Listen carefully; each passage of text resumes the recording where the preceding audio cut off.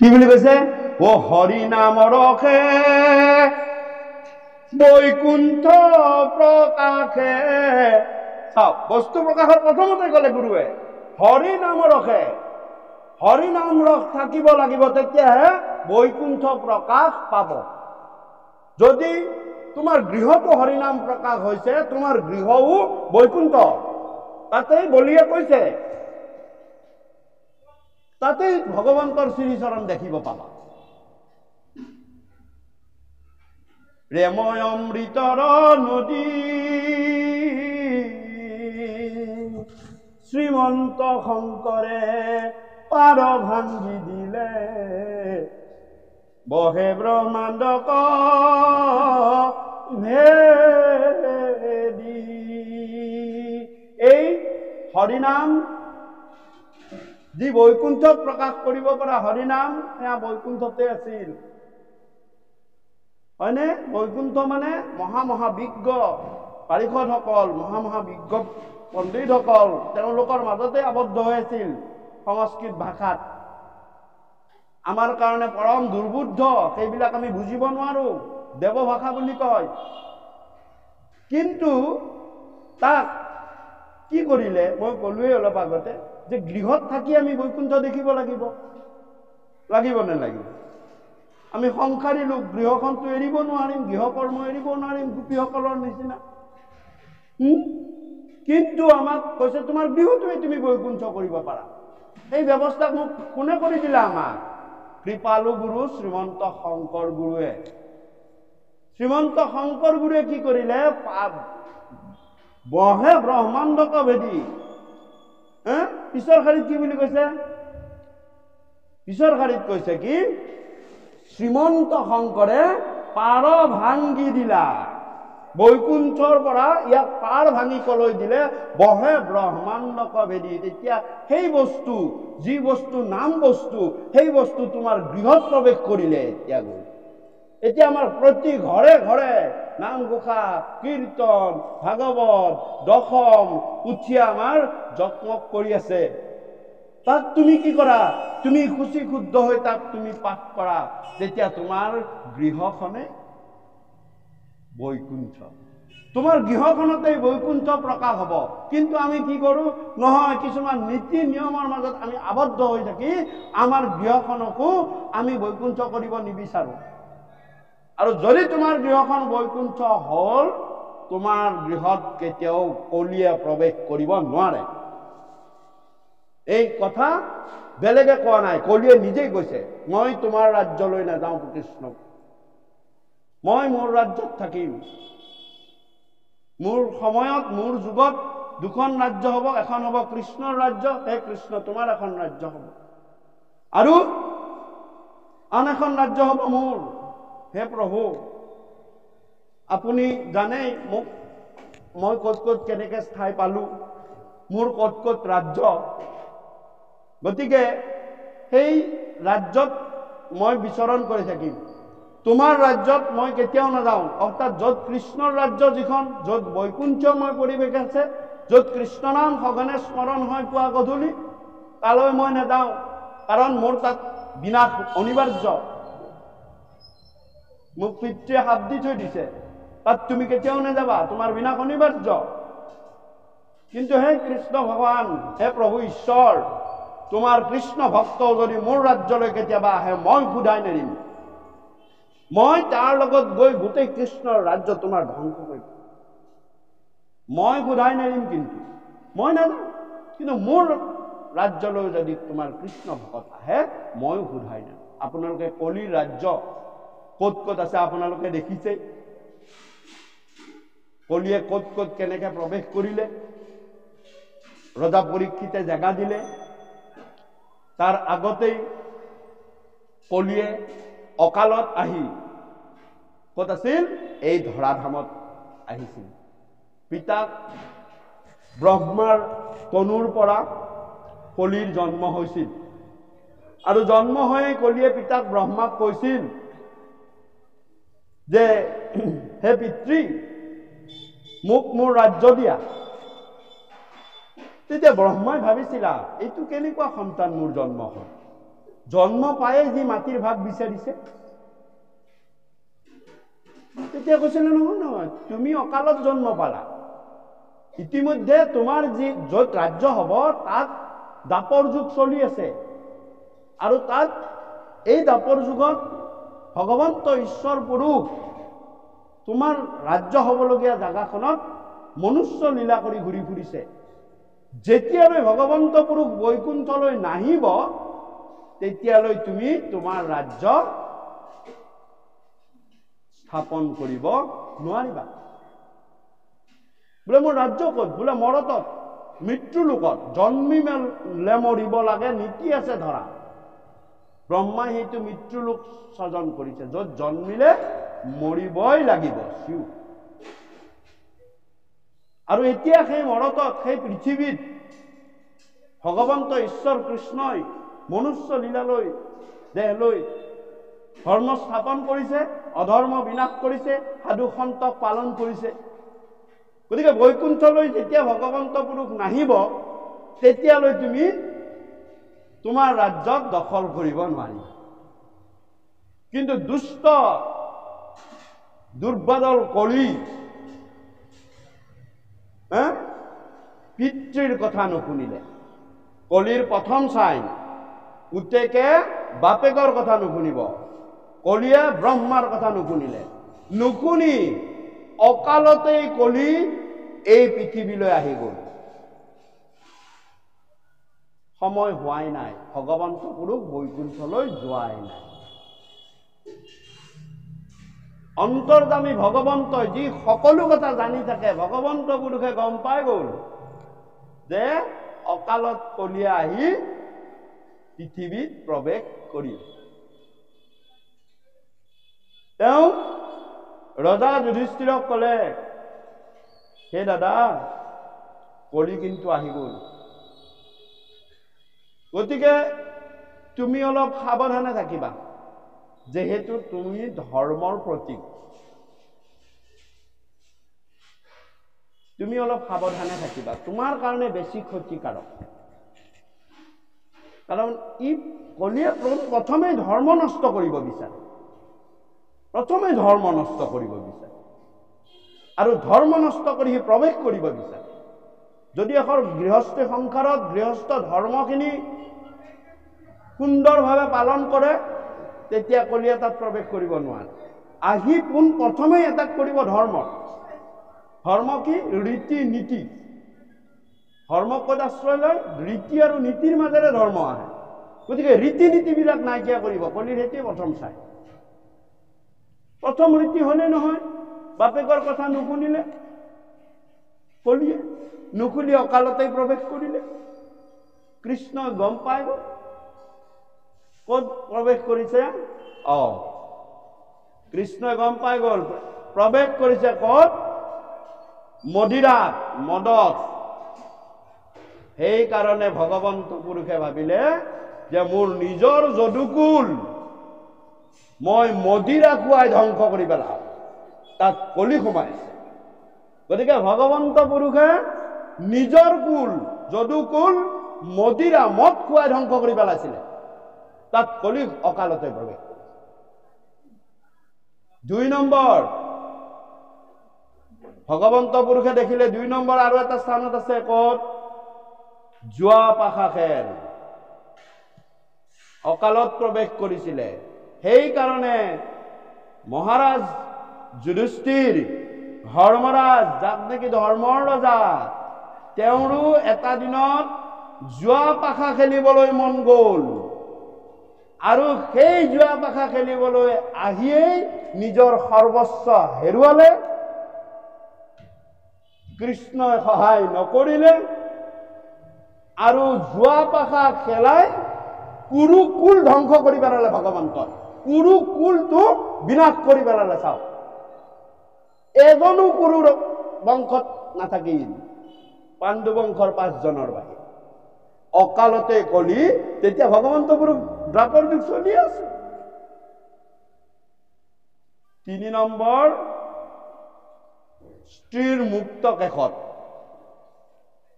স্ত্ৰীৰ মুক্ত কেশত কলিয়া থাকে, আৰু সেই স্ত্ৰীৰ মুক্ত কেশতে ধৰি 10,000 হাতীৰ বলৰ শক্তিৰ দুশাসন দ্ৰৌপদীৰ মুক্ত কেশত ধৰিয়েই লগে লগে সমস্ত বল কলিৰ কাঢ়ি লৈ গুচি গ'ল। সেইকাৰণে মুক্ত কেশত পুৰুষে কেতিয়াও সংৰাগত স্ত্ৰীৰ মুখ ধৰিব নেলাগে। আৰু এইদৰে অকালত কলি প্ৰৱেশ কৰিছিল। তাৰপিছত মহাৰাজ যুধিষ্ঠিৰে তেওঁৰ নাতি ৰজা পৰীক্ষিতক ৰাজ্যভাৰ দিলে, দি স্বৰ্গাৰোহণ কৰিলে। তেতিয়া মহাৰাজ যুধিষ্ঠিৰে মহাৰাজ পৰীক্ষিতক এটাই কথা কৈছিল, বোলে বাছা, খুব সৰুতে তুমি ৰাজ্যভাৰ ল'বলগীয়া হ'ল, আমি যাওঁ, কিন্তু যোৱাৰ আগতে মই তোমাক এটা ডাঙৰ কথা কৈ থৈ যাওঁ, যিটো মোক ভগৱন্ত পুৰুষে ৱাৰ্ণিং দিছিলে আৰু কৈ থৈ গৈছিলে। গতিকে তুমি ৰাজপাট লৈয়েই তোমাৰ প্ৰথম কাম হ'ব, জম্বু দ্বীপত তুমি কলিক বিচাৰি ফুৰিবা, য'তেই কলিক পোৱা প্ৰথমতে তাত বধ কৰি ল'বা। কিন্তু এয়া তোমাৰ প্ৰথম দায়িত্ব হ'ব ৰজা। আৰু তেতিয়া সেই যুধিষ্ঠিৰৰ কথা মতে ৰাজপাট লৈয়ে পোন প্ৰথমে পৰীক্ষিতে গোটেই জম্বুদ্বীপত এখন ৰথেৰে গোটেই জম্বুদ্বীপ ঘূৰি ফুৰিছিল কলিক বিচাৰি। তেওঁ সকলো ৰাজ্যত প্ৰৱেশ কৰিছিল। গৈ প্ৰৱেশ কৰি তেওঁ কোনো ৰাজ্যৰ পৰা ধন সোণ বয় বস্তু একো অনা নাছিল। তেওঁ ৰাজ্য জম্বুদ্বীপ এনেকে জয় কৰিছিল, এখন ৰথেৰে জয় কৰি গৈছিল, ভাগৱতৰ প্ৰথমতে আছে। তেওঁ সোমাই ৰজাজনক লগ কৰিছিল, লগ কৰি কৈছিল যে মোক একো বস্তু নালাগে, মোৰ হস্তিনাপুৰত উভয় নদী বস্তু ভগৱন্তৰ কৃপাত সকলো আছে। মই মাত্ৰ এটাৰ কাৰণে তোমাৰ তালৈ আহিছো যে তোমাৰ ৰাজ্যত যদি কলি আছে মোক উলিয়াই দিয়া, আৰু মই কলিক বধ কৰো। আৰু যদি কলি নাই তেতিয়াহ'লে বাৰু কথা নাই, কিন্তু ভৱিষ্যতে যদি মই যোৱাৰ পাছতো কলি আহে, কলিক আশ্ৰয় নিদিবা। মই যদি আশ্ৰয় দিয়া দেখো সেইবাৰ কিন্তু মই তোমাক বধ কৰিম। এই সকলোৱে কৈছে মোৰ ৰাজ্যত মহাৰাজ কলি নাই, আপুনি চাওক, হয়নে? আৰু তেতিয়া কুশতুৰ কলিয়ে জানিছিল যে ৰজা হৈয়েই ৰজা পৰীক্ষিতে মোক বিচাৰি ফুৰিব। তেতিয়া কলিয়ে ৰজা পৰীক্ষিতৰ নিজৰ ৰাজ্যৰ ৰাজধানীৰ ওচৰতে থকা কুৰুক্ষেত্ৰতেই লুকাই আছিল। ৰজাই বেলেগত বিচাৰি ফুৰিলে, নিজৰ ৰাজ্যততো বিচৰা নাই। দুষ্ট কলিয়ে সেইটোৱে ক্লু লৈ লল যে চাও। গতিকে কলি এনেকুৱা বস্তু। তাৰপিছত আমি কলিৰ প্ৰসংগত ভাগৱতত আছে, কিন্তু আমি কলিৰ প্ৰসংগৰ পৰা আমি কিছু নামৰ কথালৈ মই আহিম আকৌ। গতিকেলৈ এই হৰিনামেই বৈকুণ্ঠ প্ৰকাশ কৰে। এই নামেৰে আমি আমাৰ গৃহস্থ ঘৰখনক বৈকুণ্ঠত পৰিণত কৰিব পাৰো। কলিক আমি বাধা দিব পৰাৰ একমাত্ৰ উপায় হৈছে হৰিনাম। গতিকে মোৰ কৃপালু গুৰুজনাই কৈছে যে, কি কৈছে, নামৰ বিষয়ে এটা ডাঙৰ কথা কৈছে, যে নামৰ বিষয়ে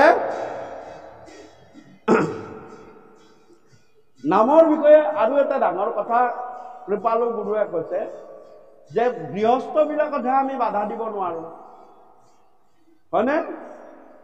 কিন্তু আমি বাধা দিলো ধৰক গৃহস্থবিলাকত নাম লৈ, কিন্তু তাতকৈ কুশতুৰ কলি আমি জন্ম পোৱাৰ লগে লগে আমাৰ দেহটোতো প্ৰাক কৰি দিলো। আমি দেহৰ পৰা কেনেকে কথাম? গতিকে প্ৰথমে মোৰ কৃপালু গুৰুজনাই কৈছে যে প্ৰথমে আমি আমাৰ নিজৰ শৰীৰটোৰ পৰা কলিকৃত দোষবিলাক আঁতৰাই ল'ব লাগিব। অৰ্থাৎ প্ৰথমে আমি নিজে শুদ্ধি হ'ব লাগিব, তেতিয়াহে আমি গৃহস্থখনৰ শুদ্ধিকৰণৰ কথা চিন্তা কৰোঁ। তাৰ পিছতহে আমি সমাজখনৰ তালৈ আগবাঢ়ি ওলাই যাব পাৰিম। সমাজখনৰ পিছতহে আমি দেশখনৰ মংগল কৰিব পাৰিম। সেইকাৰণে মোৰ কৃপালু গুৰুজনাই কি বুলি কৈছে, হে ৰাম শৰীৰত আছে কলি কৃত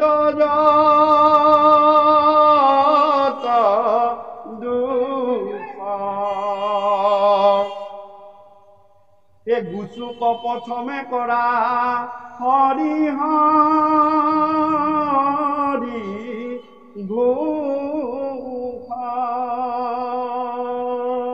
যে প্ৰথমতে আমি আমাৰ শৰীৰৰ পৰা কলিকৃত দোষবিলাক আঁতৰাব লাগিব, আৰু আঁতৰাবৰ কাৰণে হৰি হৰি ৰাম ৰাম কৃষ্ণ কৃষ্ণ ঘোষিব দিছে। তেতিয়াহে কলিকৃত দোষবোৰ আঁতৰাব। চাওক, আমাৰ শৰীৰত যে কলিকৃত দোষ আছে, শৰীৰত নিজৰ গাত প্ৰমাণ এটা মই চমুকে কম, আপোনালোকে যাতে দোষ মৰিখন কৰিব। আজি এইখিনি ক্ষণত আমি ইয়াতে পৰম পবিত্ৰ কৃষ্ণ নাম হৰি নামৰ মহিমা লীলা যশ গুণৰ কথা কৈ আছো। এই কথাখিনি আমি একান্ত মনে শুনি আছো। আৰু ধৰক কিবা কাৰণত হওক নহওক, ভগৱন্তে নকৰক, কোনোবা আমাৰ মাজতে কোনোবা এজনৰ লগত কোনোবা এজনৰ অলপ তৰ্কাতৰ্কি বা তুতুমুমু অলপ হ'ল, বা কিবা কাৰণত কিবা এটা অপ্ৰীতিকৰ ঘটনাই ঘটিল। চাওক, আপোনাৰ আজিৰ এই কথাখিনি কি কলো কি নকলো 5 বছৰ পিছত আপুনি পাহৰি যাব, একেবাৰে পাহৰি যাব পাৰে। 5 বছৰ পাছত কি কলো এই মনতে নাই, 5 বছৰ আগতে কৰ। কিন্তু সেই যদি তুতু মুমু কাজিয়া লাগি থকা কথাখিনি কিন্তু 10 বছৰলৈ মনত থাকিব, পাহৰি নাযায়। অমুক চনত অমুক তাৰিখে অমুক বাৰত অমুক তিথিৰ দিনা অমুক জাগাত অমুক অমুক মানুহৰ মাজত অমুক অমুক কথাৰ কাৰণে মোক কাজিয়া লাগিছিল ইয়াৰ লগত। কিন্তু কৃষ্ণ কথাখিনি 1 বছৰৰ পিছতেই আপোনালোকে পাহৰি যাব। কি কলো কি নকলো, যাবনে নাই? কোনে পাহৰায়? তোমাৰ গাত থকা কলিয়ে। যদি তোমাৰ এইখিনি কৃষ্ণ কথা মনত থাকিলে তুমি অমৃত, তুমি মৰিবই নোৱাৰা। তোমাৰ গাত কলিৰ প্ৰভাৱেই নাই। কলিৰ প্ৰভাৱ যে আছে তুমি প্ৰমাণ কৰি চাও। কিমান সময়লৈনো এই অমৃত কথা, এই কৃষ্ণ কথা তোমাৰ মনটোৱে ৰাখি থৈ দিয়ে। সেইকাৰণে কৈছে প্ৰথমতে নিজৰ গাৰ কলিকৃত দোষবিলাক গুচাবলৈ চেষ্টা কৰে। কৃষ্ণ কথা কৈ আছো, শুনিবলৈ ধৈৰ্য নাই, আঁতুৰ বিষ, ভৰিৰ বিষ, যাবলগীয়া, ক'বলগীয়া। কিন্তু গধূলিকে 1000 টকা দিম, ৰাতিপুৱা 9টা বজাত আহি উপস্থিত হ'ব লাগে মিটিং এখনত, শুনি থাকিব লাগিব, বহি থাকিব লাগিব, ক'তো যাব নোৱাৰা, মানুহ ভৰ্তি হ'ব।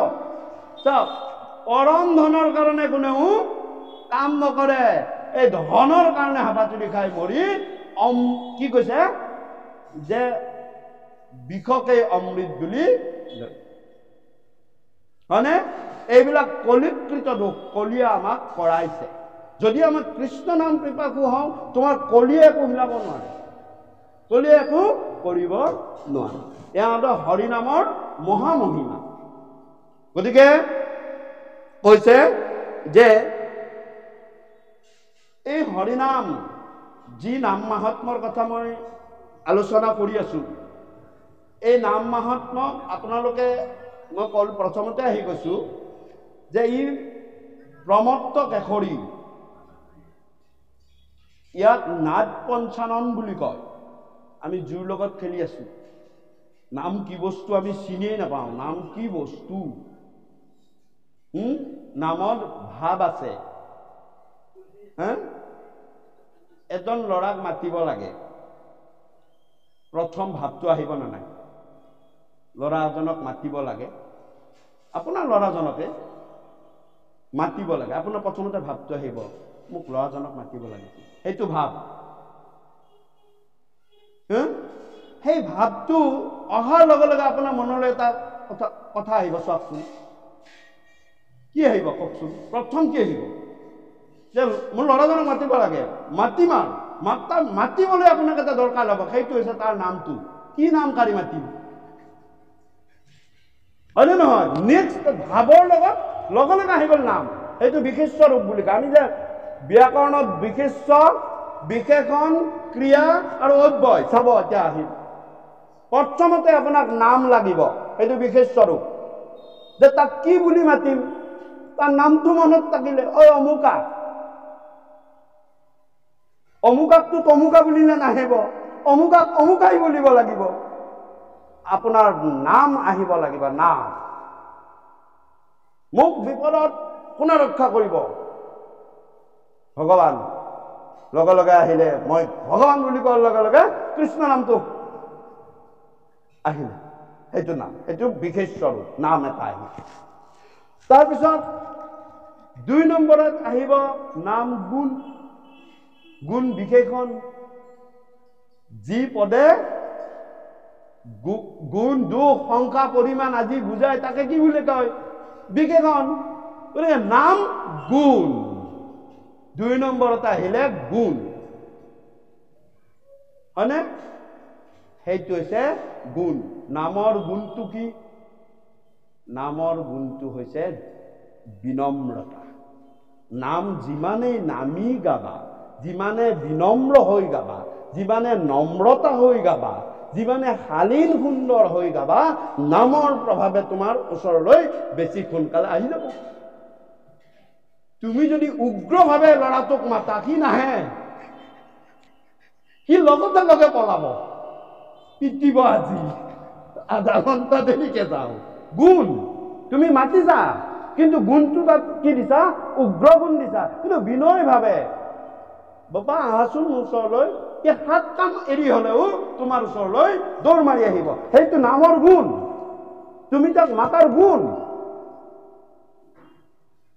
তাৰপিছত গুণৰ পিছত ক্ৰিয়া আহে। ক্ৰিয়া, ক্ৰিয়া মানে কি?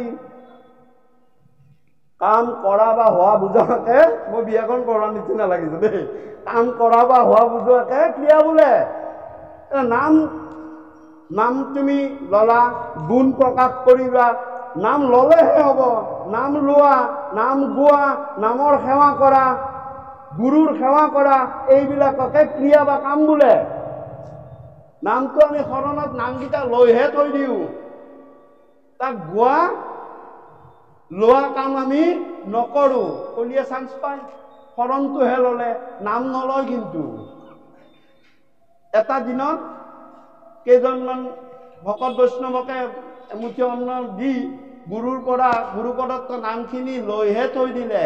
সি সাঁচতীয়া বস্তু আৰু, যি গাঁঠি মাৰিলে আৰু তাক আৰু আচৰণ লোৱাত গোৱাত নাই আৰু থৈ দিলে। ক'ৰ পৰা নামে কাম কৰিব? নামৰ ক্ৰিয়া হ'ল নাম লোৱা, নাম গোৱা, নাম সেৱা কৰা। আমি তাকে কওঁ নাম সেৱা, ভকত সেৱা, গুৰু সেৱা, এইবিলাক ক্ৰিয়া। তেতিয়াহে কাম কৰিব, ক্ৰিয়া তেতিয়াহে হ'ব। তাকে অব্যয় বোলে, কোনো এটা কাম কৰা বা হোৱা বুজা। কিন্তু আমি কি কৰিলো? শৰণত দিলাই লৈ থৈ দিলো, বাছ মই শৰণ লৈছো নহয়, লৈছো, মই শৰণ লৈছো নহয়, প্ৰসাদ বিতাব পাৰিম, মই অন্নমুঠি সিদ্ধ কৰিব পাৰিম।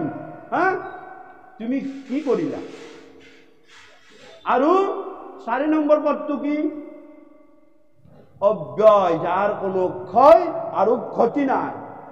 অব্যয় তাক বোলে যাৰ কোনো লয় আৰু ক্ষয় নাই। অব্যয়, ব্যয় মানে ক্ষয় বা ক্ষতি। যেনেকৈ আৰু কিন্তু এইবিলাক অব্যয় পদ আমি মানে ব্যাকৰণত পাইছো আৰু কিন্তু নতুবা বা অথবা হয় নে নহয় গতিকে এই যে যি অব্যয় কেতিয়া বোলে নাম যেতিয়া আহি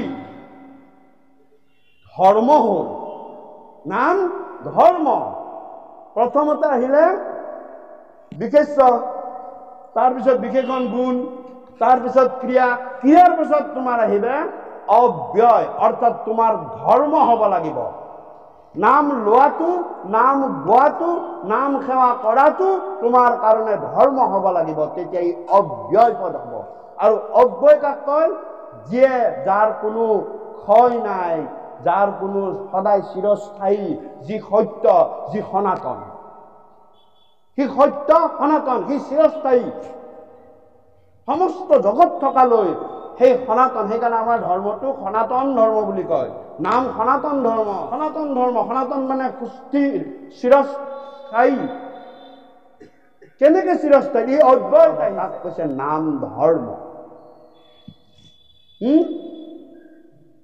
মোৰ কৃপালু গুৰুজনাই যে ৰামকৃষ্ণ নাম ধৰ্ম অনুপাম আকৌ সাৰ কৰি ধৰা আন দেৱ ধৰ্ম দূৰতে তেজীয়া কৃষ্ণত ভকতি কৰা সেই সূত্ৰে নাম ধৰ্ম আমি আৰু নাম ধৰ্ম মানে ৰাতিপুৱা গধূলি কৰি বুলি কৈছে নাট পঞ্চানন আপোনালোকে দেখিছে এতিয়া আপোনালোকে আজিকালিৰ এটা ডাঙৰ বস্তু হৈছে আমি ভাবো এই চিচি কেমেৰা যে আছে দেখিছেনে চিচি কেমেৰা এটিএমতো থাকে বিভিন্ন ধৰণৰ অফিচত থাকে আজিকালিতো হাতে বাতে হ'লনে চিচি কেমেৰা থাকে কিন্তু আপোনালোকে বুজি পোৱা নাই বা উপলব্ধি কৰিব পৰা নাই আজি কথাটো অলপ মনলৈ আহিব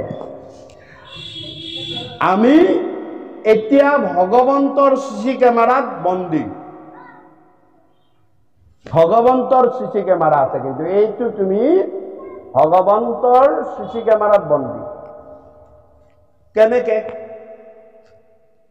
যে ভগৱন্তই এটা চিচি কেমেৰা লগাই থৈ দিছে ক'ত আপোনালোকে সত্ৰ নামঘৰত দেখিছেনে দুৱাৰ মুখতে দুটা সিংহ থাকেনে সেই দুটা কি সেই দুটা হৈছে নাম সিংহ সেই নাম সিংহই সেই সত্ৰ নামঘৰ অনুষ্ঠান মোৰ কৃপালু গুৰু যি অনুষ্ঠানৰ কথা কৈছে সাধু সংগ তাত অহৰ্নিশে জাগ্ৰত অৱস্থাত ৰৈ থাকে অহৰ্নিশে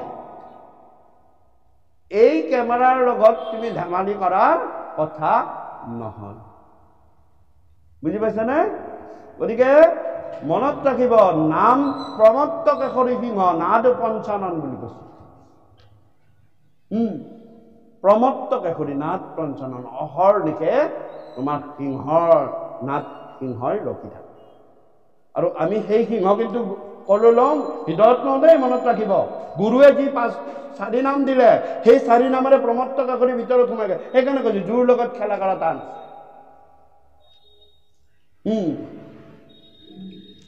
কম কথা গতিকে ইয়াত কৈছে যে প্ৰমত্ত কেশৰী নাম কিয় কয় যে সিংহৰ 5টা গুণৰ লগত পঞ্চানন নাদ পঞ্চানন মানে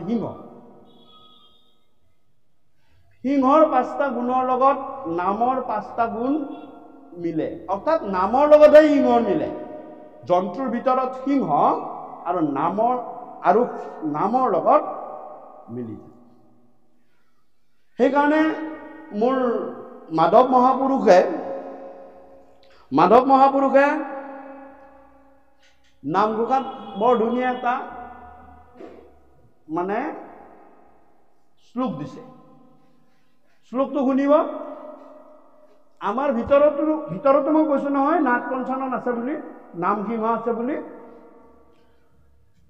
হে ৰাম পূৰ্ণ অৰণ্যৰ মাজে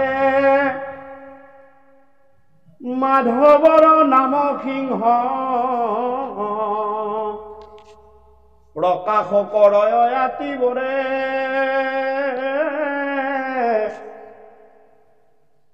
হে ৰাম যাৰ ধ্বনি শুনি ভয়ে মহাপাপী হস্তি চয়ে পলায়াতি কাষতল ওৰে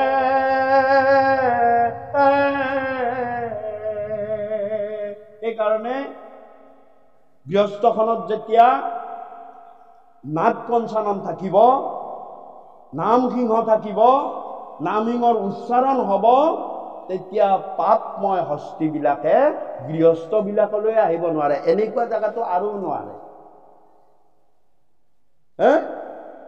পলায়াতি কাষতল পাপবিলাকক হাতী বুলি কৈছে আৰু নামক সিংহ বুলি কৈছে। যে পৃথিৱীত কলিযুগত যিমান ধৰ্ম আছে সকলো ধৰ্মৰ ওপৰত ৰজা ধৰ্ম হৈছে কলিযুগত নাম। হয় নে নহয়? এইটো মোক মহাপুৰুষ গুৰু মাধৱদেৱে খুব সুন্দৰভাৱে বৰ্ণনা কৰিছে। বোলে কি বুলি কৈছে? হে ৰাম বেদৰ বিহিত যত আছে ধৰ্ম সংসাৰত হবে হৰি নামৰ কিংকৰ হেন জানি যিটো জনে নামৰ কীৰ্তন কৰে সেহিকে পৰম সাধু যিমান বেদৰ বিহিত ধৰ্ম আছে সকলো ধৰ্মৰ ওপৰত ৰজা ধৰ্ম হৈছে নাম। অৰণ্যত যিমান পশু আছে পশুবিলাকৰ ভিতৰত ৰজা হৈছে পশুৰাজ সিংহ। নাম ধৰ্মৰ ৰজা, পশুৰ ৰজা। এক নম্বৰ গুণটো মিলিল। 5টা গুণ আছে। 2 নম্বৰ গুণটো হৈছে যে 2 নম্বৰ গুণটো যে অন্য জন্তুৱে সিংহৰ চিকাৰ, সিংহই কৰি অনা চিকাৰ অন্য জন্তুৱে লুকাই চোৰাই হলেও মনে মনে টানি টানি খায়। অৰ্থাৎ সিংহৰ এৰেহা অন্য জন্তু জীৱ জন্তুৱে টানি টানি খায়, শিয়াল কুকুৰে খাই জীৱন ধাৰণ কৰে। কিন্তু সিংহই কাৰো চিকাৰ নাখায়। সি নিজে কৰা চিকাৰহে নিজে খাব। বেলেগৰ চিকাৰত সি মুখ কেতিয়াও নিদিয়ে। এইটো সিংহৰ ধৰ্ম। আপোনালোকে চাব, নেশ্যনেল জিঅ'গ্ৰাফিটো ওলাই, সিংহই কেতিয়াও বেলেগৰ চিকাৰ নাই। ঠিক তেনেদৰে প্ৰমত্ত কেশৰী নাম ধৰ্মই বেলেগ কোনো ধৰ্মৰ সহায় নোলোৱাকে সকলো পাপ নিজে নিজে বিনাশ কৰিব পৰা শক্তি নিজৰ আছে। ই বেলেগ ধৰ্মৰ সহায় কৰিব নালাগে। কিন্তু বেলেগ ধৰ্মই কলিযুগত বেদৰ বিহিত আন ধৰ্মই নামৰ সহায় ল'বই লাগিব। নামৰ সহায় নললে তাৰ পৰা একো ফল নাপায়। নামে কিন্তু বেলেগ ধৰ্মৰ সহায় নলয়। সেইকাৰণে মোৰ কৃপালু গুৰুজনাই ভাগৱতৰ 2য় স্কন্ধৰ 1ম শাৰীতে লিখিছে, হে জয় জয় কৃষ্ণ যাৰ স্মৰণ মংগল যাক যোগাদিৰো হৰি নামে ফল। তুমি কলিযুগত যাগ কৰা, যজ্ঞ কৰা, হোম কৰা, তপ কৰা, জপ কৰা, পূজা কৰা, ব্ৰত কৰা, কিন্তু হৰিনাম নহলে তুমি তাৰ পৰা ফল নোপোৱা। হৰিনাম তাৰ লগত লগ লাগিবই লাগিব। অৰ্থাৎ বেলেগ ধৰ্মই হৰিনামৰ সহায় লয়, কিন্তু হৰিনামে বেলেগ ধৰ্ম আচৰণৰ সহায় নলয়। সিংহই বেলেগে কৰা চিকাৰ নাখায়, সিংহই কৰা চিকাৰ বেলেগে খায়। এই 2 নম্বৰ ধৰ্ম। 3 নম্বৰ ধৰ্ম যে তিনি নম্বৰ ধৰ্মটো হৈছে সিংহৰ গোটেই অৰণ্যৰ যেতিয়া জীৱবিলাক জন্তুবিলাক শুৱে তেতিয়া একমাত্ৰ সিংহই জাগ্ৰত অৱস্থাত থাকে, জাগি থাকে, সিংহ নুশুৱে। আৰু যেতিয়া অৰণ্যৰ আন জন্তুবিলাক জাগ্ৰত হয় তেতিয়া সিংহ শুৱে। মনত আছেনে গুণটো? মনত আছে। ঠিক তেনেদৰে পৰম চৈতন্যকে ধৰি নাম বস্তু যেতিয়া জাগ্ৰত হৈ থাকে তেতিয়া জীৱ মায়াৰূপী জীৱবিলাক শুৱে। আমি মায়া সজ্জাত টোপনি যাওঁ আৰু তেতিয়া চৈতন্য স্বৰূপ নাম জাগ্ৰত হৈ থাকে। আমাক যে নাম বস্তু দিয়ে গুৰুৱে, সেই ভিতৰত জাগ্ৰত হৈ থাকে, সি নুশুৱে। তুমি মায়া সজ্জাত শুই আছা, মই কিন্তু জাগ্ৰত হৈ আছো। আৰু যেতিয়া আমি মায়াত শুওঁ নাম জাগ্ৰত, আৰু যেতিয়া সিংহ নাম বস্তু যেতিয়া শুই পৰে আমি সেই সুবিধাতে একদম মায়াত টিঘিল গিলাই ঘূৰি ফুৰো। এই কথা আমাৰ নহয় দেই বাবু। আমাৰ প্ৰতিটো কথাৰে কোৱাৰ আগতেই আমি 10 বাৰ চিন্তা কৰি ক'বলগীয়া। কোনে কৈছে এই কথা? এই কথা মোৰ কৃপালু গুৰু মাধৱ মহাপুৰুষে কৈছে। আপোনালোকে পাঠ কৰিয়ে থাকে, খালি মন নকৰে। আজিৰ পৰা মন কৰিব। এ ব্ৰহ্মাই আদি কৰি জীৱ জগত ৰাম ৰাম ৰাম ৰাম ৰাম, এ মায়া সজ্জা মাজে আশ্ৰয় ঘুমতি যায়। চাওক, ব্ৰহ্মাকে আদি কৰি যত যিমান আমি জীৱ আছো সকলোৱে মায়া সজ্জাত টোপনি যাই থাকো, কিন্তু চৈতন্য স্বৰূপ নাম প্ৰমত্তক কৰি জাগ্ৰত হৈ থাকে। কাৰণ এজন জাগি থাকিলে আমাক জগাই দিব পাৰিব। তেওঁ যদি টোপনি যায় নাট্যকীৰে টোপনি যোৱাৰ নিচিনা কথা হব নহয়? হয়নে? এজন ৰজাৰ নৈশ চকীদাৰে ৰাতিপুৱাই আহি ৰাজসভাত মানে প্ৰণাম জনাইছে, মহাৰাজ আজি আপুনি উত্তৰ দিশত কেতিয়াও নাযাব। বোলে কিয়? বোলে মই আজি দক্ষিণ দিশত কেতিয়াও নাযাব। বোলে কিয়? বোলে মই আজি টোপনিত দেখিলো আপুনি দক্ষিণ দিশৰ ফালে যাই আছে, আপোনাৰ তাতে বিনাশ ঘটিছে। তেতিয়া ৰজাই কলে, বোলে হয় নেকি? বাৰু তোমাৰ কথা শিৰোধাৰ্য। আৰু লগে লগে কটৱালক কলে যে ইয়াৰ ডিঙিটো ছেদ কৰি দিয়া। এই আমাৰ সপোনত নিজত দেখিলে আনৰ হয়, আনত দেখিলে নিজৰ হোৱাৰ নিচিনা কথা। তেতিয়া সুধিলো, মহাৰাজ মোক কিয় মাৰে? মই আপোনাক মৃত্যুৰ পৰা পাইছো, তোমাৰ ডিউটি কি আছিল? বোলে নৈশ চকীদাৰ। তুমি খোলা কাৰণেহে তুমি টোপনিত দেখিলা। তুমি টোপনি নিজৰ দায়িত্ব তুমি কিয় নাইকিয়া কৰিবা? হয়নে? তুমি দায়িত্ব নুবুজিলা, খোলা কিয়? মই কি হওঁ কি নহওঁ বেলেগ কথা। তুমি গতিকে চাওক, এজন জাগি থাকিব লাগিব যিয়ে আমাক উঠাই দিব। সেইকাৰণে কৈছে, হে তুমি কে চৈতন্য সনাতন ৰাম ৰাম ৰাম ৰাম ৰাম, আমিও চেতন নিয়োগ নাথ জগাই। চাওক, নাম প্ৰমত্তক কৰি জাগ্ৰত হৈ থাকে। আৰু আমি মায়া সজ্জাত টোপনি যাওঁ, হয়নে?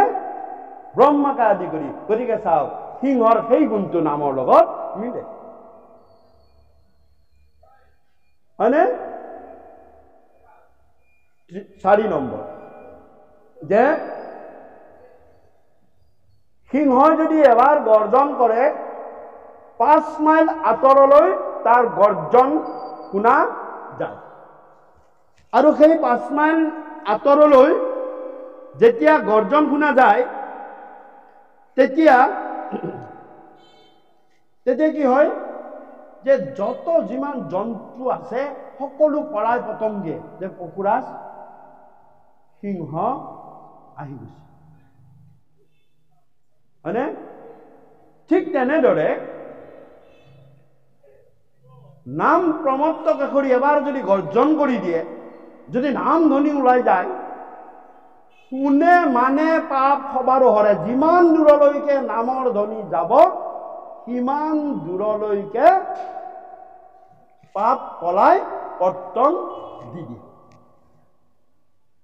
হয়নে নহয় সিংহৰ সেই গুণটো নামৰ লগত মিলে 5 নম্বৰ পইণ্টটো এনেকুৱা যে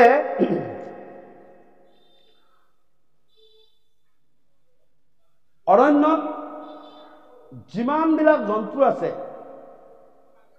আটাইতকৈ কম সময় দৈহিক ৰমণত থকা জন্তুটোৱে হৈছে পশুৰাজ সিংহ খুব কম সময়হে দৈহিক ৰমণ কৰে মনত ৰাখিব এটা আপোনালোকে সেইটো পাব বিশেষ জ্ঞানতো পাব খুব কম সময় ৰমণ কৰে দৈহিক ৰমণ কিন্তু পশুৰাজ সিংহ কোনেও অসুবিধা দিব নোৱাৰে হয়নে আৰু ঠিক তেনেদৰে আপোনাৰ ভিতৰত যদি নাম প্ৰমত্ত কেশৰীয়ে ক্ৰিয়া কৰি থাকে যিজনৰ গাত ক্ৰিয়া কৰি থাকে সেইজনে খুব কম সময় সাংসাৰিক ৰমণত ৰত হৈ থাকে খুব কম সময় তেওঁ সাংসাৰিক ৰমণৰ কথা চিন্তাই নকৰে প্ৰয়োজন বোধেই নকৰে সিংহৰ দৰে গতিকে চাওক এই 5টা গুণ নাম আৰু সিংহ নাম সিংহৰ লগত পশুৰাজ সিংহৰ মিল আছে আৰু সেইকাৰণে নামক প্ৰমত্ত কেশৰী বুলি এই প্ৰমত্ত কেশৰীয়ে আমাৰ দেহত গুৰুৱে প্ৰদত্ত নামৰ দ্বাৰা আমাৰ দেহত কাম কৰে সেইকাৰণে কৃপালু গুৰুৱে কৈছে শৰীৰৰ যত দোষ আছে গুৰু প্ৰদত্ত নাম লৈ তুমি শৰীৰটো শুদ্ধ কৰা গৃহস্থখন আইজনা বাপজনা দুয়ো মিলি গধূলি পুৱা গৃহত গুৰু নাম গুৰু বস্তুখিনি স্মৰণ কৰি গৃহখন পবিত্ৰ কৰা সমাজত এনেকুৱা ব্যৱস্থাৰে এনেকুৱা অনুষ্ঠানেৰে এই গোটেই সমাজখন গোটেই অঞ্চলটো গোটেই গাঁওখন আমাৰ সুৰক্ষিত বা পবিত্ৰ কৰা এইবিলাক আমাক কৃপালু গুৰুৱে দিছে আৰু এই নাম প্ৰমত্ত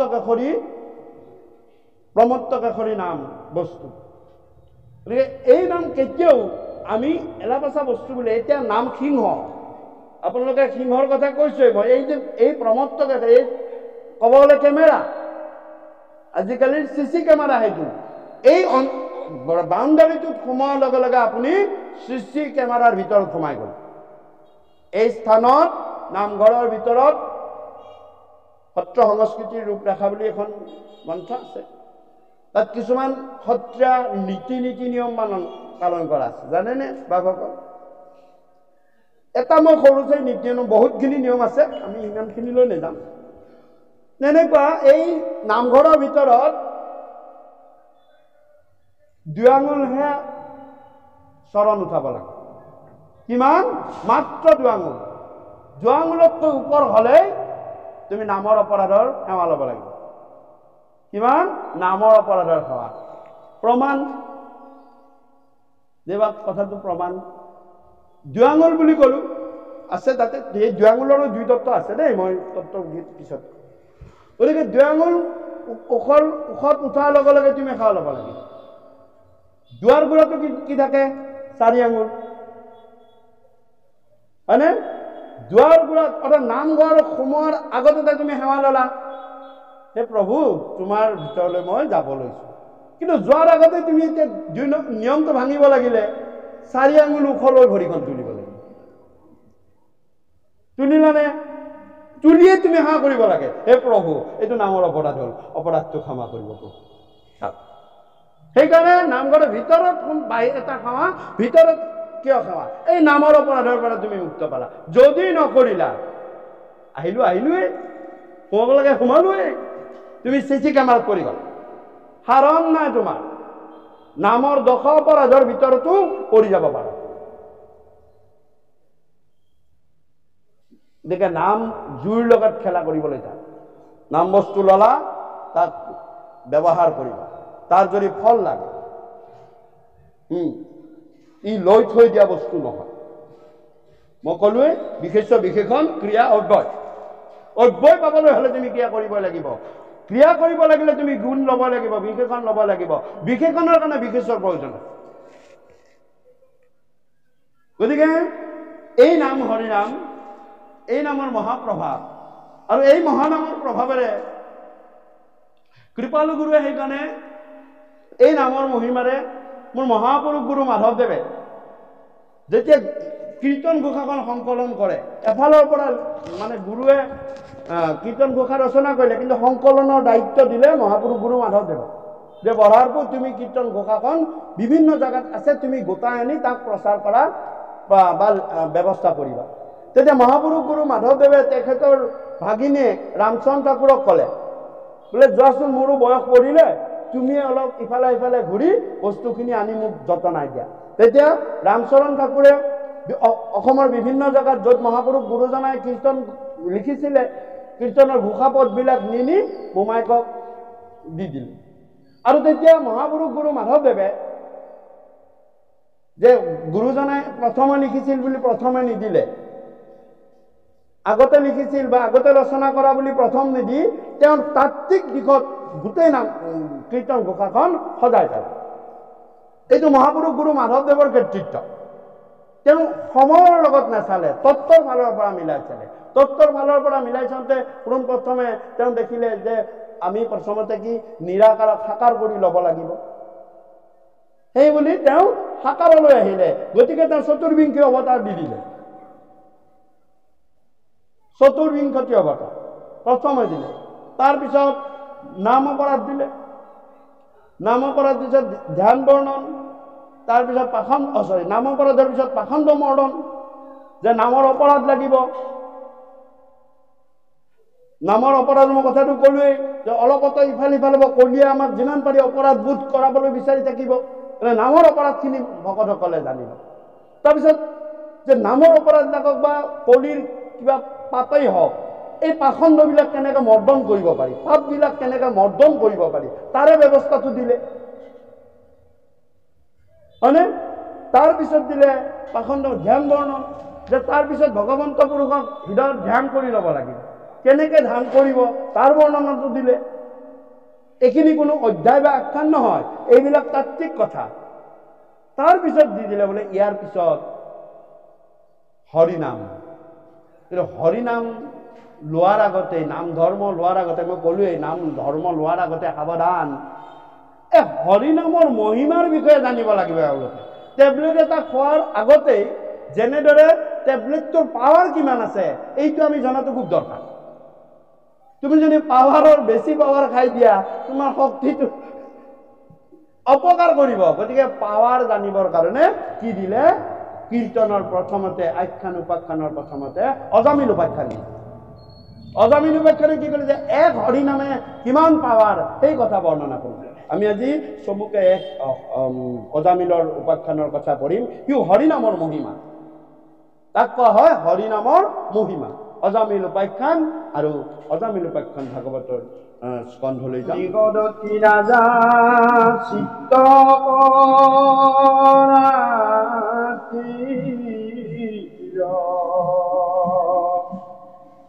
আশ্চৰ্য মহিমা গুণা হৰি ভক্তিৰ আছে যত যজ্ঞ তীৰ্থ ধৰ্ম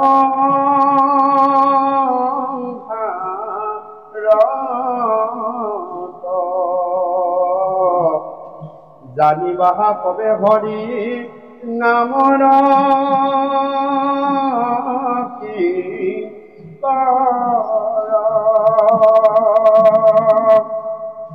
হে হৰি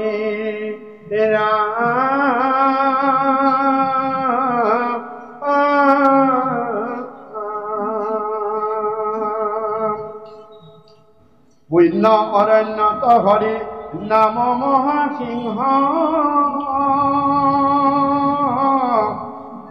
পলায় পাপ হস্তি যেন শুনি তাৰ ৰিংগ হৰি নামে খেদাৱে পাপৰ পুৰি নাই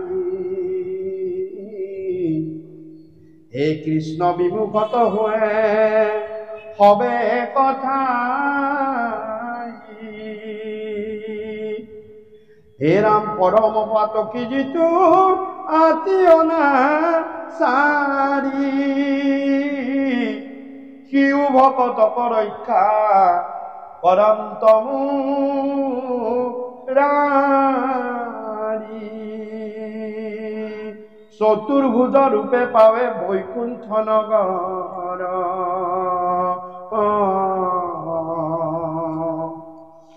হে রাম নাহি পায় নাম আশ্চর্য মহিমা কিনু হরির নাম নাহি পায় চিত্ত হরি নামর সমান হে রাম শুনা পূর্ব কথা অজা মিলয় উপায় খান হে রাম কনজপুরত এক ব্রাহ্মণ আছিল আতিয়না সার দ্বিজ নাময় অজা মিল পরম বেচারপতি পতিত পাপিষ্ট করিলে কমহন্তক অনেক অনিষ্ট বৃদ্ধ পিতৃ মাতৃ তেজি ভজিলে ভাল যাক সকল সর্বস্ব দিয়া ভজিলে বেচ্ছা জাতি কুল কর্ম মানে সমস্ত ত্যাগিল হে বেচ্ছার গর্ভত দশ পুত্র উপজিল কনিষ্ঠ পুত্রর থৈলা নারায়ণ নাম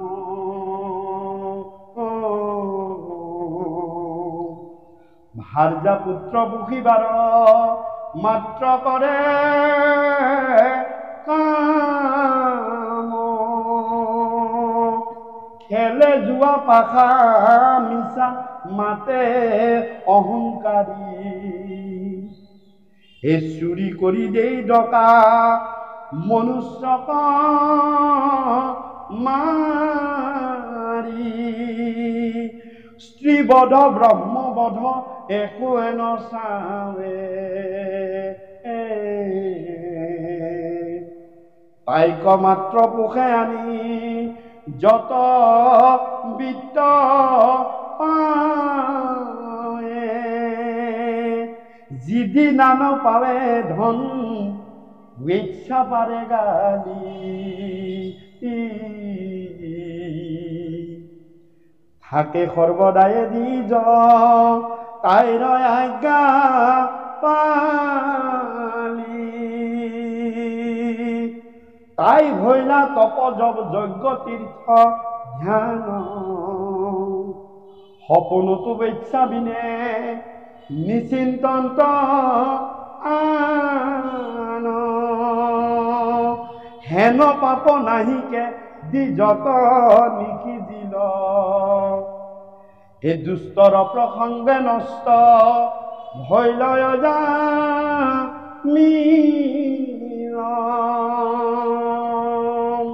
ওখন গুণৰ কথা কবলৈ গৈ মোৰ কৃপালু গুৰুৱে বৰ্ণনা কৰিছে অজামিল উপাখ্যানৰ কথা সুক মহামুনিয়ে মহাৰাজ পৰীক্ষিতক কৈছে হে ৰাজন মহাপাপ কৰিও যদি ভগৱন্ত পুৰুষৰ শ্ৰী চৰণত আশ্ৰয় লয় ভগৱন্ত পুৰুষে তেওঁৰ সেই মহাপাপ বিনাশ কৰে আৰু তেওঁক আশ্ৰয় দি বৈকুণ্ঠত স্থান দিয়ে।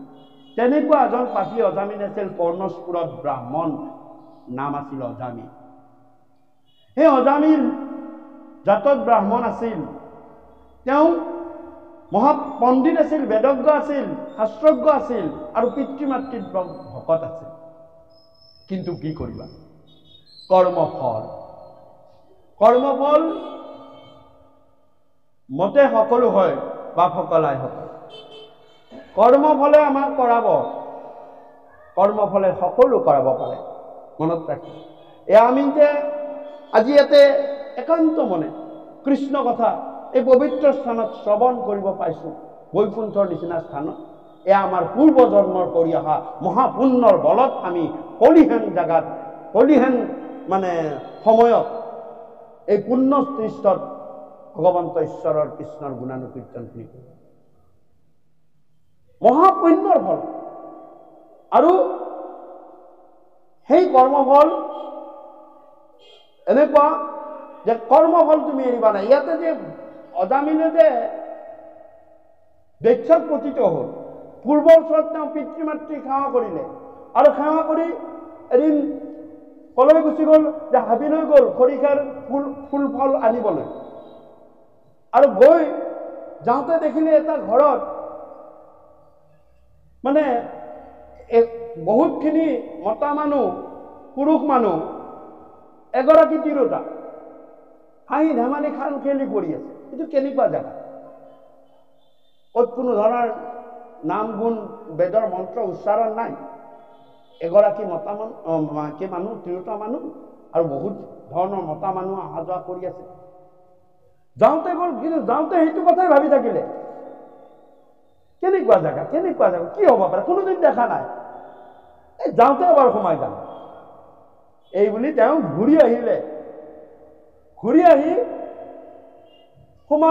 সোমাই দেখিলে, হয় এইটো কেনেকুৱা জেগা, এনেকুৱানো কথা হ'ব পাৰেনে? সংসাৰত এনেকুৱা ধৰ্ম হ'ব পাৰেনে? কৰ্মফলে তেওঁ টানি লৈ গুচি গ'ল। মনত ৰাখিব, একেলগতে দুজন বন্ধুৱে এটা শ্ৰেণীত পঢ়িছিল, এখন স্কুলত পঢ়িছিল। এজন মহাদুষ্ট আছিল আৰু এজন বৰ সাধু সন্ত, খুব নম্ৰ ভদ্ৰ ল'ৰা আছিল। এটা দিনত মহাদুষ্টজন দিনক দিনে ধনী হৈ গৈ থাকিব ধৰিলে, টকা পইচাই উভৈনদী হৈ যাব ধৰিলে। আৰু যিজন সাধু সন্ত শিষ্ট আছিল, সেইজনৰ একেবাৰে দিনক দিনে দুখতেই দুখ যাবলৈ ধৰিলে। সময় গুচি গ'ল, ডাঙৰ হ'ল। এটা দিনত দুই বন্ধু আকৌ পুনৰ ৰাস্তাতে লগ হ'ল। লগ হওঁতে তেতিয়া যিজন ধনী হ'ল, দুষ্ট আছিল, সি ক'লে যে বন্ধু কি খবৰ? বোলে আছো দিয়া আৰু কিবা আৰু নমৰি দিয়া। তুমিতো বৰ ভাল আছিলেহে পঢ়া শুনাটো ভাল, স্বভাৱ চৰিত্ৰও ভাল, বেয়া কাম কোনো নকৰিছিলাই, তোমাৰ আজি এনেকুৱা কি অৱস্থা হ'ল? ভগৱানকো বৰ মানি চানি আছিলা নীতি নিয়মৰ মাজত। মোক দেখিছা? কোনোবা দিন ভাল কাম কৰা দেখিছিলানে স্কুলত? বোলে নাই দেখা। কোনোবা দিন ঈশ্বৰৰ কথা, ঈশ্বৰৰ চিন্তা কৰা দেখিছিলানে? বোলে নাই দেখা। তুমিতো মহাদুষ্ট আছিলা, অন্যায় কৰিয়ে ফুৰিছিলা, আৰু দেখিছা এতিয়া মোৰ টকা পইচা উভৈনদী। ভাল হৈ লাভ নাই, বেয়া হলে মোৰ নিচিনা তুমি উন্নতি কৰিব পাৰিবা।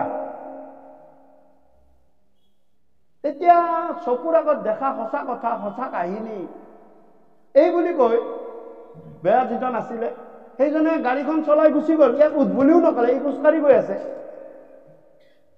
ইমানেই তেতিয়ালৈ বেয়াই তাৰমানে, বা উঠা বন্ধু ক'ত যাবা, মই অলপমান সহায় কৰোঁ, নাই নহ'ব, গাড়ীখন চলাই বেয়া হোৱা এই বুলি কৈ দৰজাখন মাৰি গুচি। তেতিয়া যোৱাৰ পাছত ই ভাবিব লাগিছে, হয় কথা, ভাল হৈ লাভ নাই, তাতকে মই এই মুহূৰ্তৰ পৰা, মই দেখিলো যেতিয়া, বুজিলো যেতিয়া, শুনিলো যেতিয়া, মই এই মুহূৰ্তৰ পৰা বেয়া হম বুলি প্ৰথম খোজটো দিয়াৰ লগে লগে মস্ত এডাল হুল ভৰিৰ তলত সোমাই গ'ল। ইপাৰৰ পৰা সিপাৰ ওলাই গৈছিল, বহি পৰিলে। তেতিয়া তাত এজন দিব্য পুৰুষ, সন্ত পুৰুষ আহিলে তেওঁৰ ওচৰলৈ। সিফালৰ পৰা আহি আছে, আহি দেখি দেখিছে ই ৰাস্তা কিনাৰত গৈ হুলডাল ওলাব বিচাৰিছে, ওলাব পৰা নাই। কি কৈছে, কি হ'ল তোমাৰ? বোলে কি হ'ব, একেলগৰ পৰা বন্ধু এজন আছিলে, তলপ আগতে লগ পালোঁ, তাৰ উন্নতি অৱস্থা দেখি ভাবিলোঁ আৰু ভাল হৈ লাভ নাই, মই আজিৰ পৰা বেয়া হ'ম বুলি ভাবিলোঁ, আৰু বেয়া হ'ম বুলি ভাবি প্ৰথম বস্তু দিওঁতে মই হুলত মহা হয় নেকি? ৰবা ৰবা, তুমি চিন্তা কৰিব নালাগে, মোৰ দিব্য শক্তি আছে, মোৰ দিব্য দৃষ্টি আছে, এতিয়া ভগৱান প্ৰদত্ত আৰু গুৰুৱেই ক'ব গ'লে যে মই তোমাক সকলো কথা বিৱৰিম, তুমি অলপ ধৈৰ্য ধৰা, তুমি ধৈৰ্য ধৰা আৰু দুখখিনি সহ্য কৰা, মই তোমাক সকলো কথা কৈ আছো। বোলে কওকচোন কি? বোলে তোমাৰ এই যিজন বন্ধু গৈছে, তেওঁ যিজন ধনী হৈছে, তেওঁ পূৰ্বৰ জন্মত ইমান পুণ্য কৰিছে, ইমানেই পুণ্য কৰিছে, আজিৰ দিনটোত তেওঁ ৰজা হ'ব লাগিছিল পুণ্যৰ বলত, কিন্তু এই জীৱনত তেওঁ কোনোদিন ভাল কাম নকৰিলে, সেইকাৰণে পুণ্য ক্ষয় গুচি গৈ গৈ গৈ ৰজা নহয় অলপ ধনী প্ৰজাহে হ'ল। কি হ'ল? ৰজা নহল, অলপ টকা পইচা থকা ধনী প্ৰজা হ'ল। কিয়?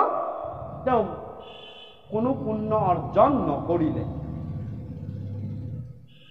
আৰু তুমি আগৰটোৰ জন্মত আটাইতকৈ বেয়া কাম, অন্যায় কাম কৰিছিলা, তুমি পূৰ্বজন্মৰ কৰ্মৰ ফল হিচাপে আজিৰ দিনটোত ভুলত যাব লাগিছিল, ভুলত ক'ত পৰিব লাগিছিল? ভুলত যাব লাগে। ৰজাই তোমাক ফুলত দিব লাগিছিল আজিৰ দিনটোত, কিন্তু তুমি এই জন্মত বহুত ভাল কাম কৰিলা, ভাল কৰ্ম কৰিলা, বিনয় কাম কৰিলা, কাকো দুখ নিদিলা, গতিকে তোমাক ভুলত নহয় ভগৱন্তই ফুলত নহয়, ফুলত নিদি তোমাক ভুলত দিলে। কিয় পাৰিলা? তুমি এই জন্মত ভাল কাম কৰিলা, তোমাৰ পাপগিলা ক্ষয় গুচি গ'ল, আৰু সি ভাল কাম নকৰাৰ কাৰণে তাৰ সেইবিলাক ভোগত ক্ষয়, পুণ্যবিলাক ভোগত গ'ল। পূৰ্বজন্মৰ কৰ্মৰ ফলৰ কাৰণে তুমি আজি ফুলত নপৰি হুলত পৰিলা, একো কথা নাই, ইয়াৰ পিছত তোমাৰ জীৱন সুখেই সুখ, তোমাৰ আৰু ইয়াতকৈ দুখ নাই, আৰু তাৰ জীৱন এই মুহূৰ্তৰ পৰা দুখেৰে আৰম্ভ হ'ব। কিয় কৈছো? কৰ্মফল। আজি যে আপোনালোকে, মই অলপ আগতে কলো, অজামিলৰ সেয়া কৰ্মফলে টানিছে। কিয় টানিছে? কৰ্মফল অজামিলৰ কি? যে অজামিল পূৰ্বজন্মত, মোৰ কৃপালু গুৰুৱে লিখিছে অজামিলৰ পূৰ্বজন্মৰ কথা, কিন্তু কৃপালু গুৰুৱে কনৌজৰ কথাতে শেষ কৰিছে। এইটো বিষ্ণু পুৰাণৰ পৰা আমি মানে আপোনালোকক জনাইছো, হৰিবংশতো আছে, বিষ্ণু পুৰাণতো আছে, যে পূৰ্বজন্মত অজামিল উজ্জয়িনী নামৰ নগৰত তেওঁ ধৰ্মদত্ত নামৰ ৰজা আছে। কৰ্মফল চাব দেই। আৰু ধৰ্মদত্তৰ দুগৰাকী পত্নী আছিল, এগৰাকীৰ নাম আছিল সুধৰ্মা, আনগৰাকীৰ নাম আছিল সুৰূপা। সুধৰ্মা আৰু সুৰূপা। ৰজা ধৰ্মদত্তই নিজৰ কামখিনি, দৈনন্দিন কামখিনি দুটা ভাগত ভাগ কৰি দিছে।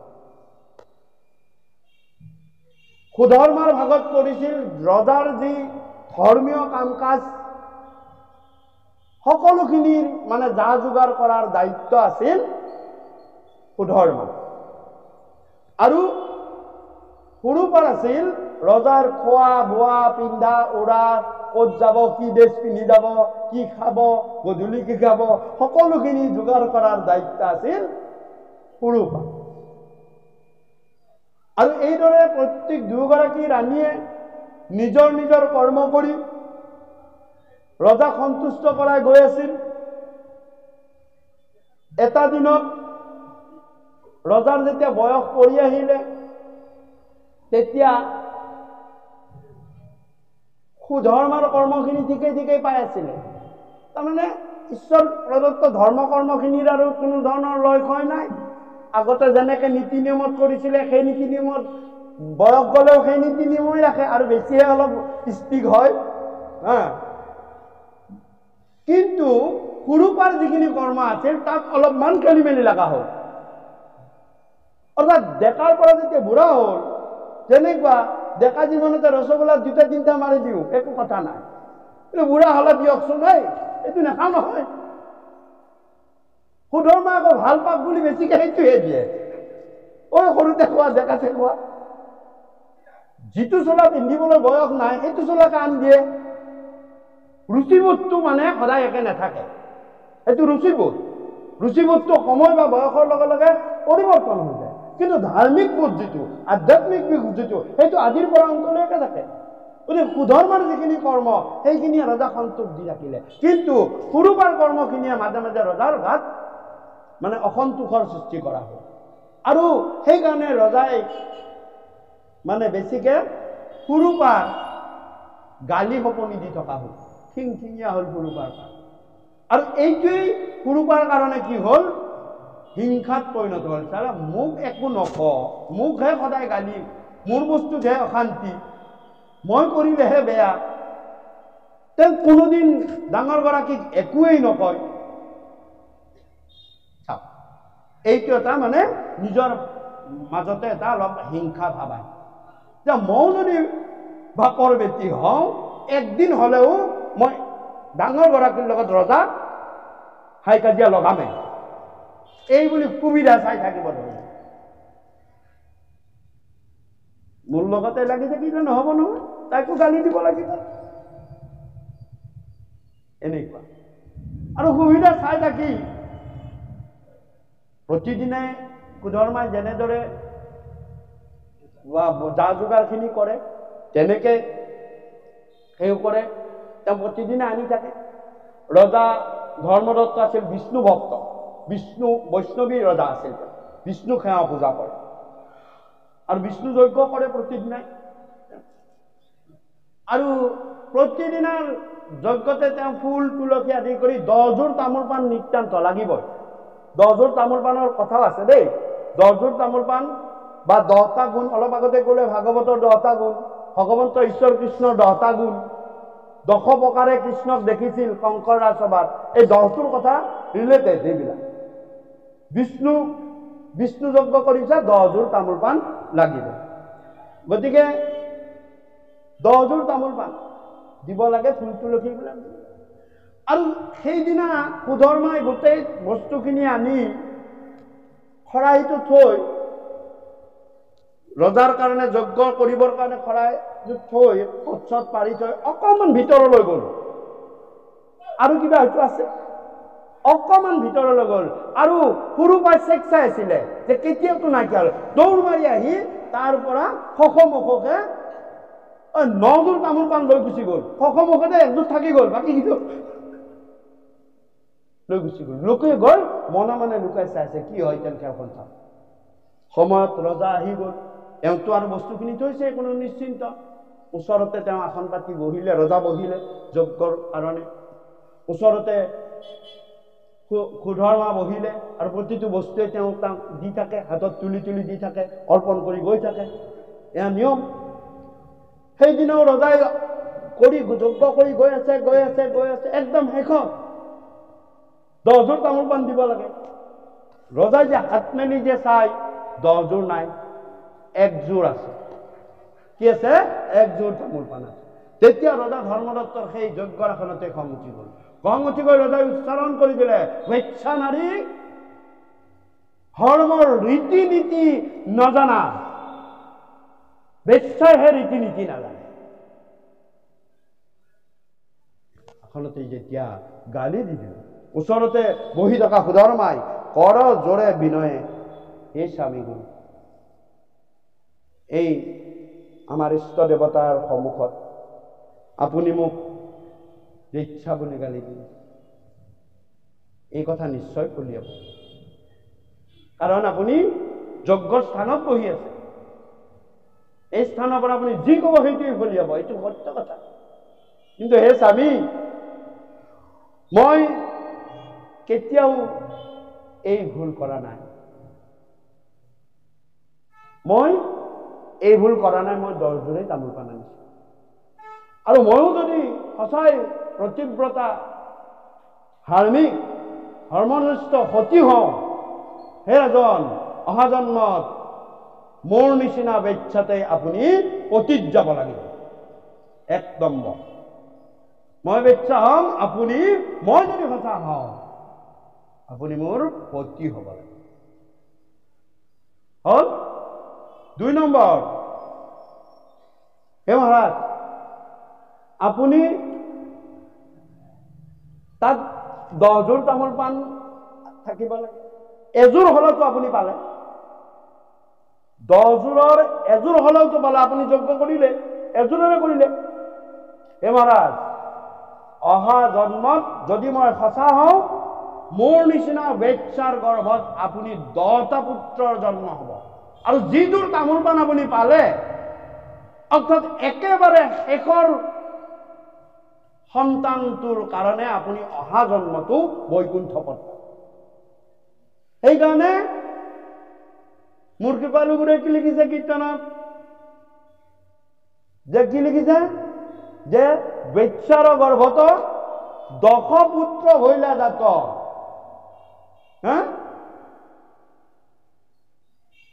অতি দয়াতৰে কনিষ্ঠ পুত্ৰৰ নাৰায়ণ নাম থৈল, হৰিৰ নামৰ শুনিও মহিমা, সাৱধান কৰি চিত্ত, অজামিল নামে আছিলা ব্ৰাহ্মণ, বেচ্ছাতে হইলা পতিত। হয়নে? আৰু 10 পুত্ৰ জন্ম হল, একেবাৰে শেষৰটো হল নাৰায়ণ। নামটো কি থলে? অতি দয়াতৰে কনিষ্ঠ পুত্ৰৰ নাৰায়ণ নাম থৈল। আৰু হে ৰাজন, মই এই কাম কেতিয়াও কৰা নাই, মই এই কাম কেতিয়াও কৰা নাই। সঁচাকে যদিহে এই কামত কোনোবা নিশ্চয় আছে, মনত ৰাখিব, যিয়ে এই কাম কৰিলে অহা জন্মত তেওঁ আধা জীৱনহে আপোনাক পাব, আৰু মই আধা জীৱন বেচ্ছা হিচাপে আপোনাক পাম।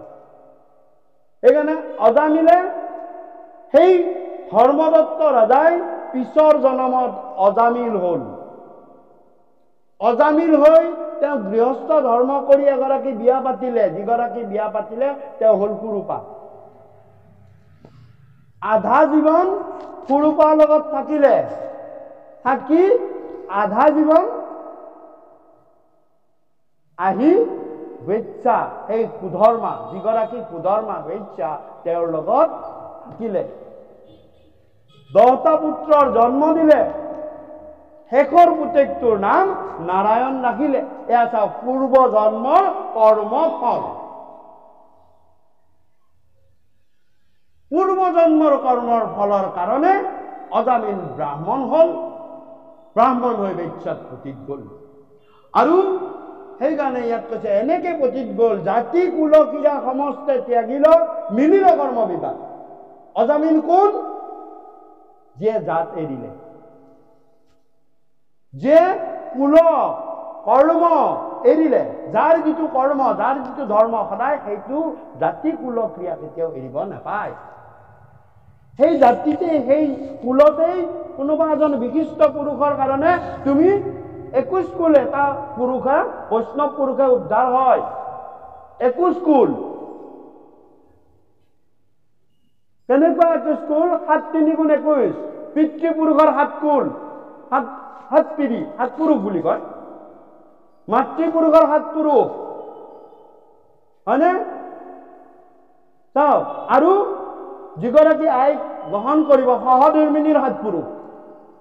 এজন বৈষ্ণৱ পুত্ৰৰ কিমান বাহাদুৰি, নিজৰ পিতৃকুলো তাৰিলে, মাতৃকুলো তাৰিলে, আৰু সহধৰ্মিনীৰ যিটো কুল, আমি শহুৰৰ কুলটোকো 7 পুৰুষ তাৰি পেলালে।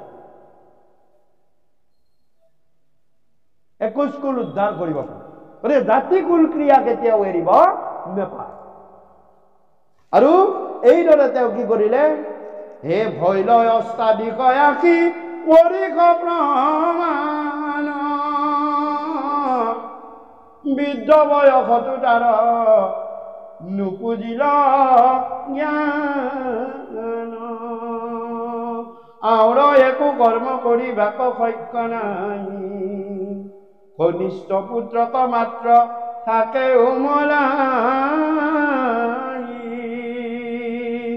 প্ৰাণতৈ অধিক সিটো পুত্ৰ নাৰায়ণ, মিলে কুক শুনি তাৰ মধুৰ বচন, তাতে মন মুদিল দ্বিজৰ সমুদায়, পৰম কৌতুকে তাৰ লীলা থাকে চাই, ধুৱাৱে কুৱাৱে মহা স্নেহে নিতে তাকে, আইক নাৰায়ণ বুলি ৰাত্ৰি দিনে ডাকে, উঠ নাৰায়ণ হেৰা বৈখ নাৰায়ণ,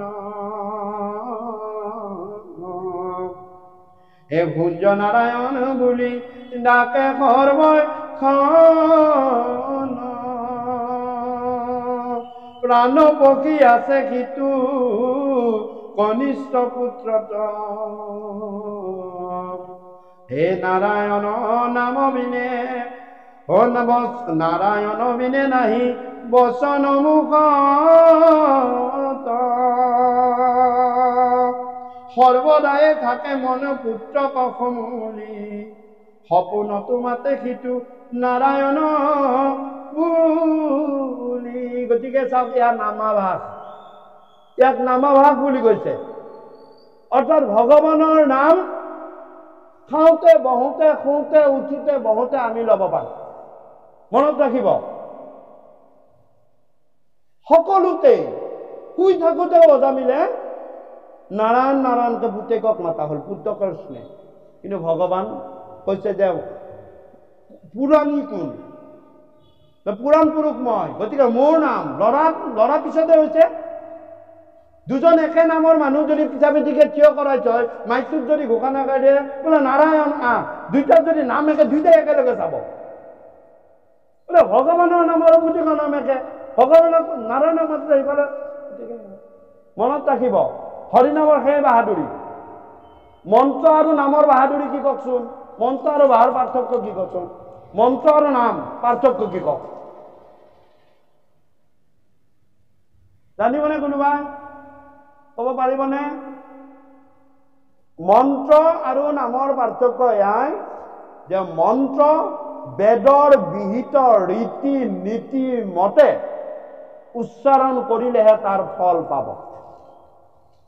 যেনেকুৱা কিছুদিন আগতে আমাৰ দেশৰ প্ৰধানমন্ত্ৰীয়ে ৰাম মন্দিৰত ভগৱান ৰামৰ প্ৰাণ প্ৰতিষ্ঠা কৰিলে। তেওঁ কি কৰিলে? তেওঁ মন্ত্ৰৰ দ্বাৰা তাক প্ৰাণ প্ৰতিষ্ঠা কৰাইছে। মন্ত্ৰৰ কাৰণে তেওঁ 11 দিন আগৰ পৰাই ডাব নাৰকলৰ পানী দিনটোত মাত্ৰ দুবাৰহে খাইছে। সূৰ্য উদয়ৰ আগত, সূৰ্য অস্তৰ পাছত।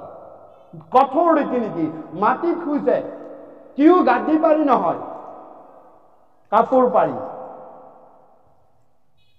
সেই 11 দিন পবিত্ৰ স্থানৰ বাহিৰে ক'তো যোৱা নাই। চাওক, এইবিলাক কিয় কৰিছে? যে যিমানেই কঠোৰ ৰীতি নীতি নিষ্ঠাৰে পালন কৰিবা, সেই মন্ত্ৰ যেতিয়া তুমি উচ্চাৰণ কৰিবা, তেতিয়া তোমাৰ সেই মন্ত্ৰই কাম কৰিব। মন্ত্ৰ উচ্চাৰণৰ কাৰণে তোমাৰ কঠোৰ ৰীতি নীতি, বৈদিক নিয়ম আছে। সেইকাৰণে ব্ৰাহ্মণসকলে কঠোৰ ৰীতি নীতি পালন কৰে। পালন কৰাৰ ফলত তেওঁলোকৰ মুখত ব্ৰহ্মবাক্য সিজি যায়, তাকে মন্ত্ৰ বুলি কয়। আগৰ ঋষিমুনিসকলে কঠোৰ ৰীতি নীতিৰ মাজেৰে তেওঁলোকৰ জীৱন পাৰ কৰিছিল। নিয়মটো নিয়ম, তিল মাত্ৰ হেৰফেৰ নকৰিছিল। আৰু সেইকাৰণে তেওঁলোকৰ মন্ত্ৰই কাম দিছিল। যিটো কথা কয় সেইটোৱে কয়। আমাৰতো 24টা ঘণ্টাত 25টা মানে অনীতিতে যায়। আমাৰ মুখত মন্ত্ৰৰ কাম নকৰে। কৰিব পাৰিব, কিয় নকৰিব, পাৰিব যদি তুমি সেই বৈদিক ৰীতি নীতিৰ কঠোৰ ৰীতি নীতিবিলাক মানি চলা। কিন্তু ব্ৰাহ্মণ বৈশ্য শূদ্ৰ বুলি কোনো কথা নাই। এয়া হৈছে মন্ত্ৰ, হয়নে? আৰু হৰিনাম পাৰ্থক্যটো ক'ব দিছো নহয়।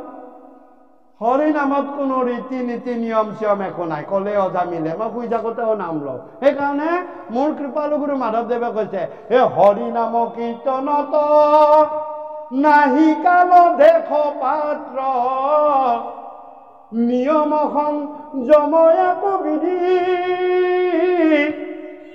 কেৱল হৰিৰ নাম কীৰ্তন কৰন্তে জানা, সমস্তকে কাৰ্য হুৱে সিদ্ধি। সেয়া হৈছে নাম। নামত কোনো ৰীতি নীতি নিয়ম কানুন একো নাই, হলনে? গতিকে ইয়াতো অজামিলে কি কৰিলে, নাম ললে। সেইকাৰণে তেওঁ ৰীতি নীতি ক'ত আছে, বেদশালত আছে। তাত কি কাম নকৰে? মন্ত্ৰ হলে নকৰিলেহেঁতেন, হয়নে? মন্ত্ৰ হলে নকৰিলেহেঁতেন, নামকৰণে কৰিলে। আৰু তাকে কয় নামাভাস। নামাভাস কৰা অতি সহজ,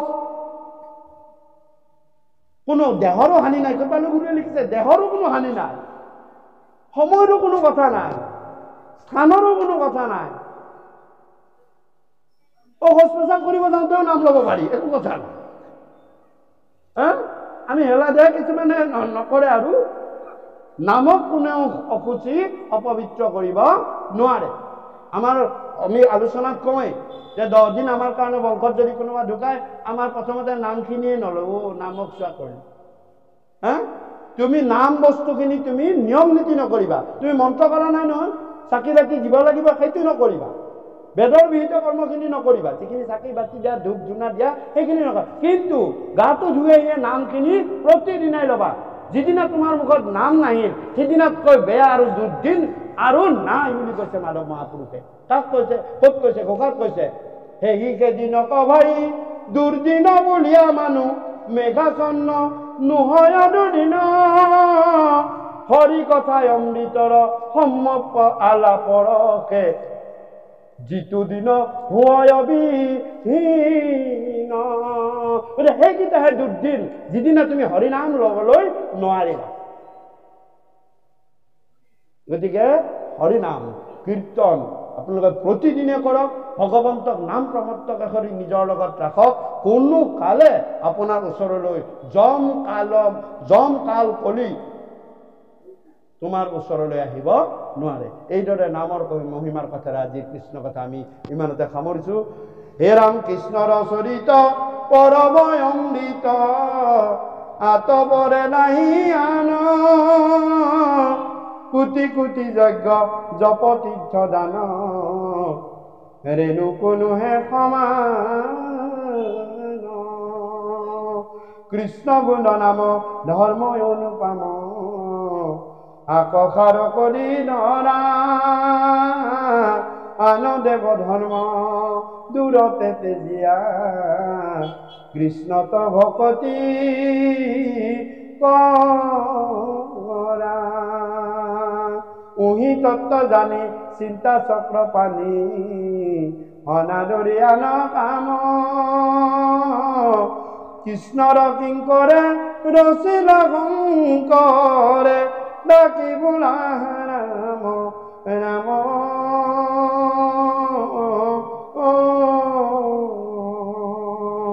কৃষ্ণৰ কিংকৰে ৰচিলা শংকৰে, ডাকি বোলা ৰাম ৰাম।